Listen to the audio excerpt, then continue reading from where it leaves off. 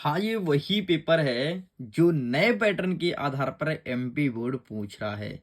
वैसे तो इसका पार्ट नंबर फर्स्ट अपलोड है। नए पैटर्न के आधार पर कौन कौन से क्वेश्चंस आपके हाई ईयरली एग्जाम में देखने को मिलेगा, मिडिल एजुकेशन आपको क्रमशः बताते आता है।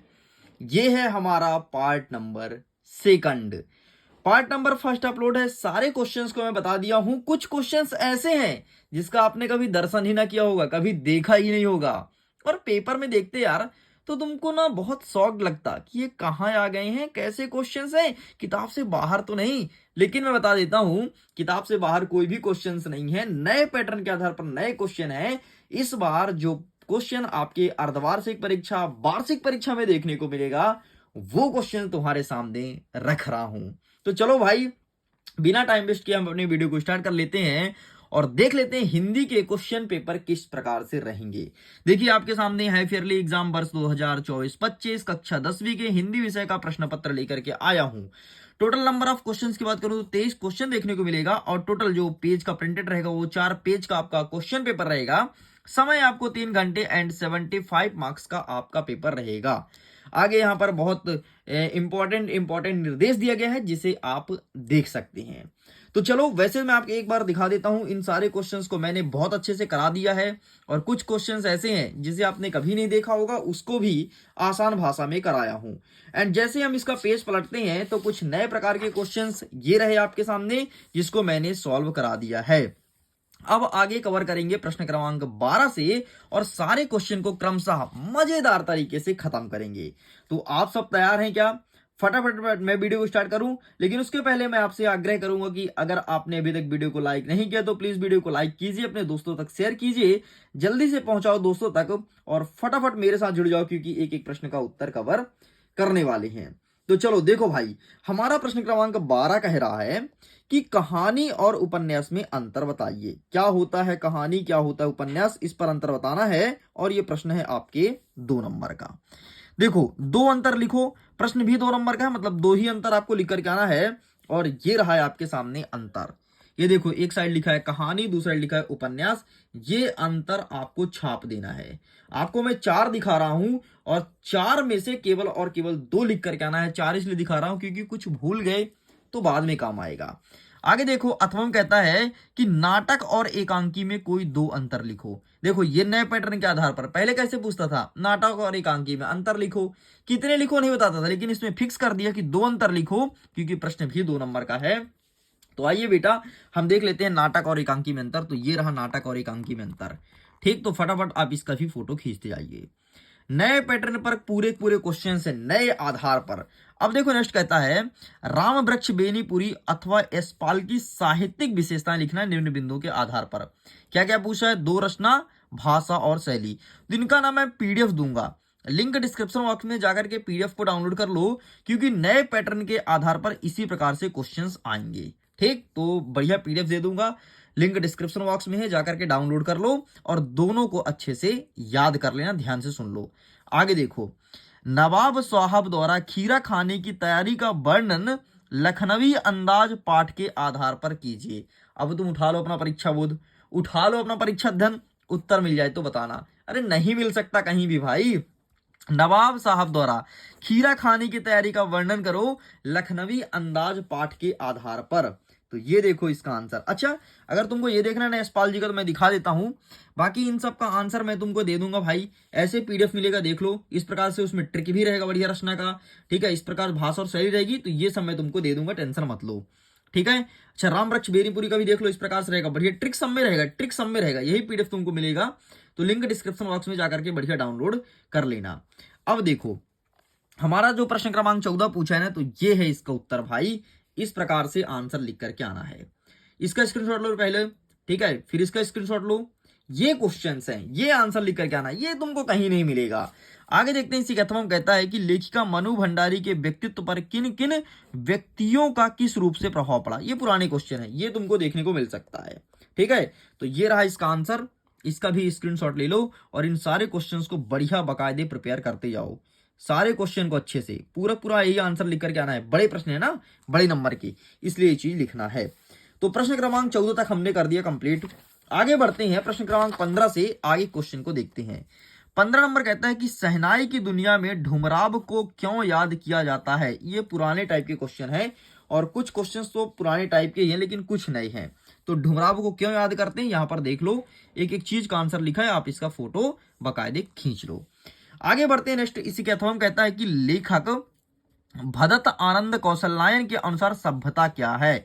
ये प्रश्न तुम कहीं नहीं देखे होगे अभी तक, कोई भी पेपर में किसी ने भी आपको सॉल्व नहीं कराया होगा और इस प्रकार से क्वेश्चंस आ रहे हैं भाई। ये देखो, ये रहा इसका आंसर, इसका भी जल्दी से फोटो खींच लो। आगे बढ़ते हैं। 16 नंबर कहता है कि निम्नलिखित वाक्यांश के लिए एक शब्द लिखिए। ठीक है, एक शब्द में उत्तर लिखना है। अत्यधिक बढ़ा चढ़ाकर कही गई बातें क्या कहलाती है। जो बातें अत्यधिक बढ़ा चढ़ाकर कही जाती है उसे क्या कहते हैं, तो उसे कहते हैं अतिशयोक्ति। मैं यहां पर लिख देता हूं, अतिशयोक्ति, उसे कहते हैं अतिशयोक्ति। आगे बढ़ते हैं। जिसे बांटा ना जा सके उसे क्या कहते हैं, तो उसे कहते हैं अविभाज्य। जिसे बांटा नहीं जा सकता उसे अविभाज्य कहा जाता है। आगे अथवा हम देखते हैं। निम्नलिखित लोकोक्तियों का अर्थ लिखते हुए वाक्यों में प्रयोग करो। ठीक है, अच्छा, ये नए टाइप के क्वेश्चन है। पहले क्या पूछता था हमेशा, अधिक बोलने वाला क्या कहते हैं, जो भगवान की प्रार्थना नहीं करता उसे क्या कहते हैं, ऐसे आते थे, लेकिन अब ऐसे आ रहा है। नेक्स्ट देखो, निम्नलिखित लोकोक्तियों का अर्थ लिखते हुए वाक्यों में प्रयोग करो। आम के आम गुठलियों के दाम। इसका मतलब होता है कि एक बार व्यय होने पर दोहरा लाभ उठाना। ठीक है। नेक्स्ट कहता है ऊंट के मुख में जीरा, मतलब आवश्यकता से अधिक बोलना। ठीक, ये रहा उत्तर आपके सामने, ये रहा। ठीक, 16 और 16 का अथवा, इसका भी फोटो खींच लो। आगे बढ़ते हैं। नेक्स्ट कह रहा है प्रश्न क्रमांक 17, कभी श्वेत तो कभी रंगीन पताकों का लगाना किन किन अवसरों की ओर संकेत करता है। देखिए, कभी घर में सफेद पताका लगता है, पताका मतलब झंडा, और कभी रंगीन लगता है, रंगीन मतलब कभी लाल पीला हरा। तो किस किस संकेत की ओर प्रतीक करता है। और ये नया टाइप का क्वेश्चन है, ऐसे क्वेश्चन तुम किसी की किताब में नहीं देखोगे। तो ये रहा तुम्हारे सामने इसका आंसर। कभी श्वेत तो कभी रंगीन पताका फहराना अलग अलग अवसर की ओर संकेत करता है। जैसे श्वेत पताका शांति, सत्य और अहिंसा का प्रतीक है। किसी बुद्धिस्ट, बस ये मत लिखना, ठीक है, मृत्युत्व मत लिखना। आगे देखो, रंगीन पताका उत्सव, विजय या विशेष घटना के अवसर पर फहराई जाती है। इतना लिख के कंप्लीट करेंगे। आगे बढ़ते हैं। अथवम कहता है कि लेखक अज्ञेय के अनुसार प्रत्यक्ष अनुभव की अपेक्षा अनुभूति उनके लेखक में कहीं अधिक मदद करती है। इसका क्या कारण है, ये प्रश्न पूछा गया है। तो इस प्रश्न को भी देख लो, नए पैटर्न के आधार पर प्रश्न है भाई। मैंने भी आज तक बच्चों को ऐसे क्वेश्चंस नहीं पढ़ाया। तो ये देखो, इसका भी फोटो खींच लो, ये रहा उत्तर। इस प्रकार से यहां तक मैंने कर दिया कंप्लीट। चलिए आगे देखते हैं। प्रश्न क्रमांक 18, निम्नलिखित काव्यांश का संदर्भ प्रसंग सहित भावार्थ लिखो। देख लो भाई, मन की मन ही मांझ रही, कही जाई कौन पे उधो नहीं परती कही। और इसका आंसर आप स्वयं फाइंड करना, क्योंकि इसका आंसर ना तो हमें परीक्षा बोध में मिला है, ना तो परीक्षा अध्ययन में। नए पैटर्न के आधार पर क्वेश्चन है। इतना ही नहीं, तुम देखना, तो जब तुम्हारा आवेदन पत्र आएगा और वो जो पत्र लेखन आता है ना, छोटे भाई बड़े भाई पत्र लिखो जन्मदिन के लिए, इस बार अनम जन्मदिन गायब है, इस बार कुछ अलग ही पूछा है यार। क्या पूछा है तुम आगे देखना, दिमाग खुल जाएगा अगर पहले से मैं नहीं बताया होता तुमको। तो आगे देखो, अथवम कहता है कि मधुप गुन गुना कर कहा जाता कौन कहानी यह अपनी। तो ये वाला भाई मिल गया है मुझे, तो इसका आंसर मैं तुमको दिखा देता हूं। जो मुझे मिला है बहुत मशक्कत करने के बाद, वो मैं दिखा देता हूं। ये देखो, यह है आत्मकथा वाले पार्ट से। ठीक है, तो ये इसका संदर्भ प्रसंग और ये रहा भावार्थ, बस इतना चिपका करके चले आना। ठीक है। अच्छा, ये वाला किस पार्ट से, तो ये सूरदास वाले पार्ट से। मैं पार्ट का नाम बता देता हूं, इतना मदद कर सकता हूं, बाकी आंसर नहीं मिला भाई। ये है आपके पद, पाठ 1 के पद से लिया गया है। तो ऊपर वाला पद वाले चैप्टर से है, इस चीज को ध्यान रखना है। यहां पर मैं लिख देता हूं पद वाले चैप्टर से। तो इसका आंसर प्लीज आप लोग फाइंड कर लीजिएगा अपने स्तर पर। ठीक है, बाकी आंसर नहीं है, मैं तुमको दिखा देता हूं, ये देखो। चलो आगे बढ़ते हैं। नेक्स्ट कह रहा प्रश्न क्रमांक 19, निम्नलिखित गद्यांश का संदर्भ प्रसंग सहित व्याख्या कीजिए। आपको पता है मुझे ज्यादा समय नहीं मिला है, नहीं तो मैं ये सब आंसर बना देता। टाइम नहीं मिला ना भाई, अभी केवल मैं ढूंढा, जो मिल गया था वो दिखा रहा हूं। नए पैटर्न के आधार पर क्वेश्चन देख लो। अब देखो, जो ये संदर्भ प्रसंग दिया है ना, हलदार साहब 15वें दिन कंपनी में काम करने के सिलसिले, ये नहीं मिला भाई साहब किताब में। ठीक है, ना तो परीक्षा अध्ययन में, ना तो परीक्षा बोध में। लेकिन अथवा वाला जो है, यह पितृगाथा में इसलिए गा रही हुई कि मुझे उनका गौरव मान करना है, बल्कि तो मैं यह देखना चाहती हूं कि उनके व्यक्तित्व में कौन सी खूबी और कमियां मेरे व्यक्तित्व के ताने बाने में गुथी हुई है। तो ये हमें मिल गया पेज नंबर 65 में। ठीक, तो इसका आंसर मैं दिखा देता हूं फटाफट। ये मैं दिखा रहा हूं आपको परीक्षा अध्ययन से। ठीक है, तो ये मैं दिखा देता हूं, इनका पीडीएफ दे दूंगा, लिंक डिस्क्रिप्शन बॉक्स में जाकर के तुम डाउनलोड कर लेना। तो इसका आंसर मैं दिखा देता हूं। तो ये रहा पितृमाला, ठीक। और 2023 में पूछा गया था, मतलब ना एक एक क्वेश्चन में बदलाव किया गया है। नए पैटर्न का जो प्रश्न पूछा है, तो एक नए पैटर्न का प्रश्न दिया, एक पुराने पैटर्न का, ताकि बच्चे को हार्ट अटैक ना आए भैया, नहीं तो कुछ भी हो सकता है। नेक्स्ट देखो, धूम्रपान को रोकने के लिए हानिकारक बताते हुए एक विज्ञापन बनाना है। अथर्व कहता है मेरा जीवन का लक्ष्य। ये नए प्रकार का प्रश्न है। और विज्ञापन कभी नहीं पूछता था, हमेशा अंग्रेजी में पूछता था। इस बार हिंदी में विज्ञापन आया है। भाई मैंने तो अपने जीवन में कभी विज्ञापन नहीं ना तो देखा ना तो कभी बच्चों को पढ़ाया, लेकिन इस बार आ रहा है क्योंकि नया पैटर्न है ना एमपी बोर्ड का। तो ये रहा विज्ञापन, इस प्रकार से तुमको बनाना है। बढ़िया इसका फोटो खींच लो और अच्छे से तैयार कर लेना। चलो साइड करते हैं। नेक्स्ट कह रहा है प्रश्न क्रमांक 21, अपठित काव्यांश को पढ़ना है और गद्यांश को पढ़ना है। मतलब एक काव्यांश दिया है, दूसरा गद्यांश दिया है, और जो प्रश्न पूछा उसका उत्तर देना है। तो देख लो, यहां पर लिखा है, यदि फूल नहीं वो सकते तो कांटे कम से कम मत बोना है।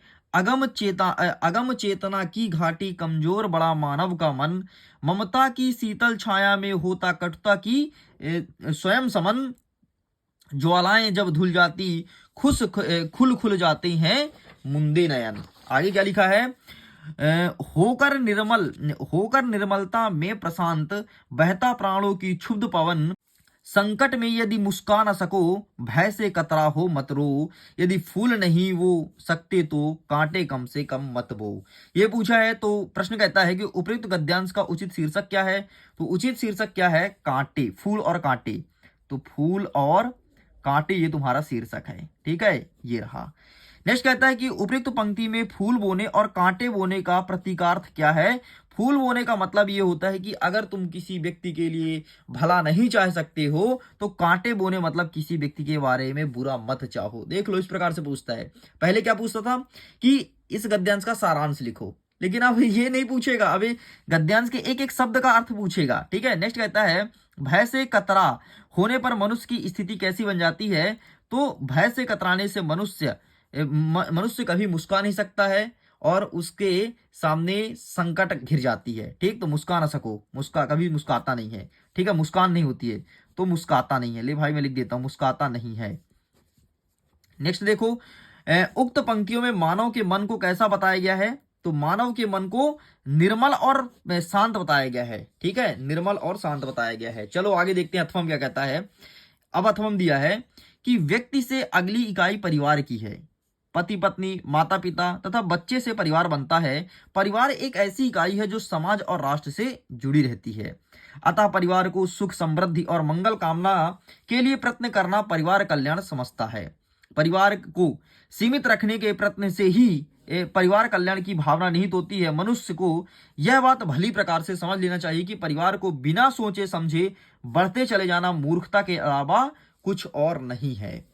यह दुर्बलता की बात है कि हमारे देश की जनसंख्या में अंधाधुंध वृद्धि हो रही है, जिसके परिणाम स्वरूप परिवार कल्याण का कार्य पिछड़ रहा है। परिवार के सभी लोगों को सुख समृद्धि तभी प्राप्त होगी जब परिवार के सदस्यों की संख्या सीमित होगी। एक व्यक्ति की आय को बांटने वाले जब कम होंगे तो उसे पाने के लिए अधिक धन की प्राप्ति होगी। यह प्रश्न विचरणीय है कि परिवार कल्याण को ध्यान में रखते हुए परिवार को छोटा कैसे रखा जाए। इसके लिए आम जनता की चेतना जागृत करनी चाहिए। लोगों को समझना होगा कि जनसंख्या वृद्धि से उनके परिवार पर किन किन कठिनाइयों का सामना करना पड़ सकता है। उपयुक्त गद्यांश का शीर्षक क्या है। तो परिवार नियोजन। ध्यान सुन लो, परिवार नियोजन ये इसका सारांश है, ठीक है। नेक्स्ट कहता है, लेखक के अनुसार परिवार कल्याण का क्या महत्व है। तो परिवार कल्याण का मतलब होता है कि कार्य पिछड़ा जाता है। परिवार कल्याण मतलब कार्य पिछड़ जाता है, ठीक है। ये रहा दूसरे का उत्तर भाई। नेक्स्ट देखो, सुख समृद्धि पद का विग्रह कर समास लिखो। तो सुख समृद्धि का हो जाएगा सुख और समृद्धि, और ये हो जाएगा आपका द्वंद्व समास। ले भाई, द्वंद्व समास ऐसे तुम कभी नहीं पढ़े होगे। नेक्स्ट देखो, परिवार को छोटा करने के लिए हमें क्या करना चाहिए। तो परिवार नियोजन कार्यक्रम अपनाना चाहिए। परिवार नियोजन कार्यक्रम अपनाना चाहिए, इससे परिवार छोटा होगा। चलो अब आगे बढ़ते हैं 22 नंबर। विद्यालय में खेल सामग्री की मांग करने हेतु प्राचार्य को आवेदन पत्र। तुम उठा लो अपना परीक्षा बोध, परीक्षा अध्ययन, कहीं उत्तर मिल जाए तो बताना। नहीं मिल सकता। नए पैटर्न पर क्वेश्चन। अथवा देखो, समय के सदुपयोग और परिश्रम पर बल देते हुए छोटे भाई एक पत्र लिखो। मतलब उसको समझाओ कि बेटा समय बहुत महत्वपूर्ण है, इसे बचा के रखो। कहीं नहीं मिलेगा। मेरे पास भी आंसर नहीं है भाई, नहीं बना पाए जल्दी जल्दी में, क्योंकि अभी अभी ये प्रश्न पत्र आया है, इसलिए नहीं है, क्षमा चाहता हूं। आगे देखो 23वां नंबर कहता है निम्नलिखित किसी एक विषय पर रूपरेखा सहित सार गर्भित निबंध लिखो। 157 पेज में मुझे मिला है इसका आंसर, और केवल एक ही मिला है, वो है विद्यार्थी जीवन। ठीक है, तो ठीक है, दिक्कत क्या है, हमें एक ही लिखना है, तो एक मैं तुम्हें फटाक से दिखा देता हूं और बढ़िया इसे अच्छे से प्रिपेयर कर लेना। ठीक है, ये तुम्हें पहला नंबर का आंसर है। ये देखो, तो ये रहा विद्यार्थी और अनुशासन। तो बस इसका फटाफट फोटो खींच लो और इसको अच्छे से प्रिपेयर कर लेना। चलिए, तो इस प्रकार से मैं सब कुछ कंप्लीट कर दिया हूं। दोनों सेट आपके सामने हैं, सेट नंबर 1 और 2। अगर अभी तक आपने एक नहीं देखा तो जाइए जाकर के देखिए, सारे क्वेश्चंस को पढ़ा दिया हूं भाई। अब अगर तुम इसको मिस किए ना तो समझो भाई तुम्हारी तो पुंगी बजने वाली है। पीडीएफ को डाउनलोड कर लो, लिंक डिस्क्रिप्शन बॉक्स में। बाकी जो क्वेश्चन छूटा है उसका आंसर स्वयं प्रिपेयर करना।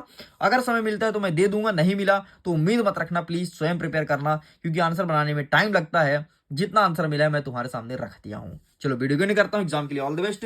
लिंक डिस्क्रिप्शन बॉक्स में जाकर के डाउनलोड कीजिए।